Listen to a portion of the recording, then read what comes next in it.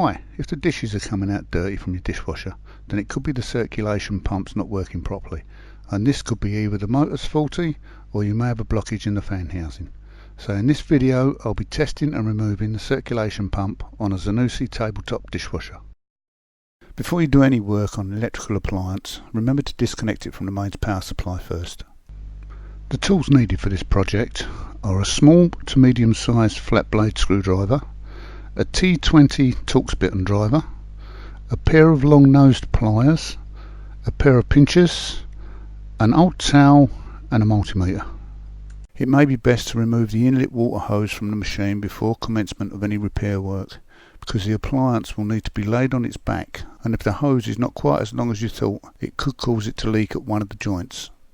It's up to you if you remove the basket or not, but I prefer to take it out. The same goes with the water in the sump. I also prefer to remove as much as I can before tilting the machine over. Although it won't leak out of the cabinet, some water may come out when you remove the pump.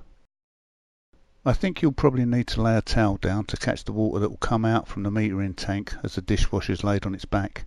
This is unavoidable, and the amount of water that comes out depends on the size of the tank. There are 4 T20 Torx screws on the underside of the wrap over cabinet which have to come out. These are the only screws holding it on, but you still have to unhook the front section from the fixing points on the tub so it can be completely removed. Use a flat bladed screwdriver and fit it between the cabinet and the tub assembly on one side of the machine, then ease it backwards. If it's tight, you may need to ease the lower front edge of the cabinet out as you lever the screwdriver back. This will free it from the tub. Do the same on the top and the other side of the cabinet to release it from the tub assembly. It can now be lifted off the tub and placed somewhere out of the way. Just so you know what to expect, these are the tags the cabinet was hooked into, and this is the metering tank that retains water even after the wash is finished. It's where the water comes from when you turn the dishwasher over. Turn the dishwasher on its back again and remove the 3 screws from the front edge of the base plate. These screws are also T20 Torx screws. The rear of this panel hooks into the tub base and should come free quite easily, but handle it with care because the edges are sharp. There's also an earth wire connected at one corner which has to come off.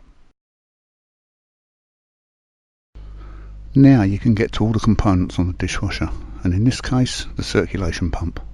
Before you do anything to the machine, first take a photo of all the hoses and wiring connections so you know where they fit when it's time to reassemble. It's better to remove all the wires from the motor plug before doing an electrical test, or you could get a false reading.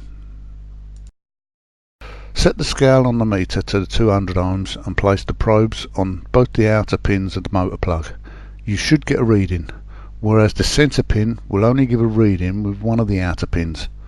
But if there's no reading from either combination or from the outer pins, then there's an open circuit in the windings and the motor needs replacing. Even if the motor checks out okay, you'll still need to remove it to check if there's any obstruction in the fan chamber that would cause the motor to jam. On this model you can remove the housing with the motor still in place, but it's just as easy and more convenient to remove it. The best way to loosen these factory fitted hose clips is to insert a thin flat bladed screwdriver into the clasp and twist. This will ease the grip on the hose and allow you to remove it. The bracket between the heater and the circulation pump and the cover plate at the other end of the motor have to be unscrewed so the pump can be eased out and the hose is removed from the fan chamber.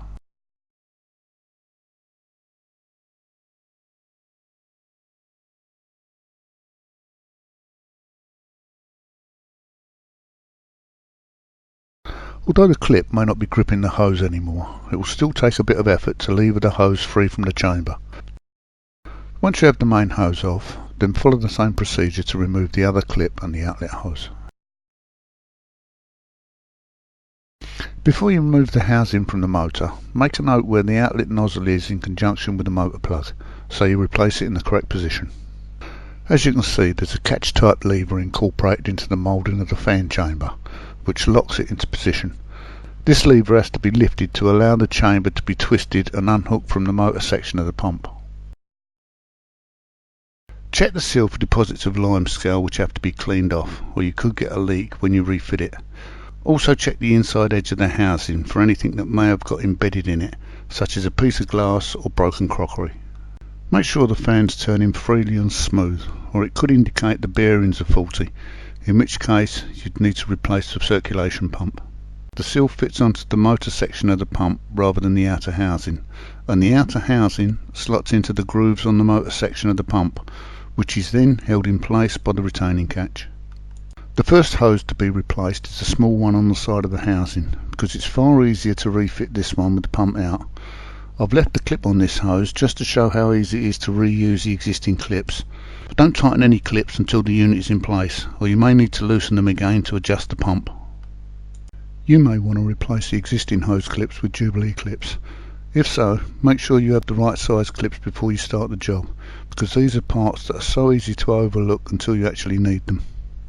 When you've refitted the large hose, resight the circulation pump assembly and then tighten the hose clips before refitting the retaining brackets.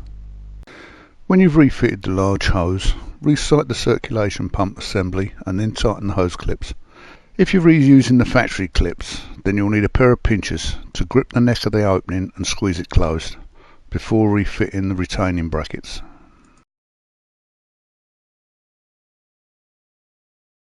The wires are next to go back on. You may need to refer to the photo you took at the beginning of the job. On this motor plug, the red wire connects to the terminal opposite the brown from the motor, and the black sleeved wire fits the centre pin, leaving the blue wire to connect to the last outside pin. The rear of the base plate hooks under these tabs on the dishwasher frame, and the 3 screws hold the front of it in place. Remember to reattach the earth wire to the base plate before replacing it, or it may get forgotten.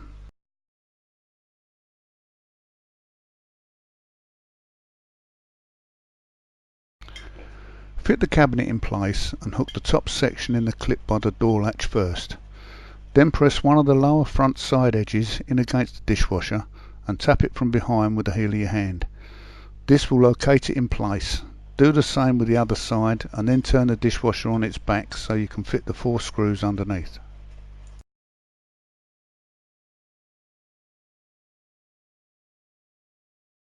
Stand the dishwasher upright and refit the water hose along with any other part you may have removed, such as a filter or basket.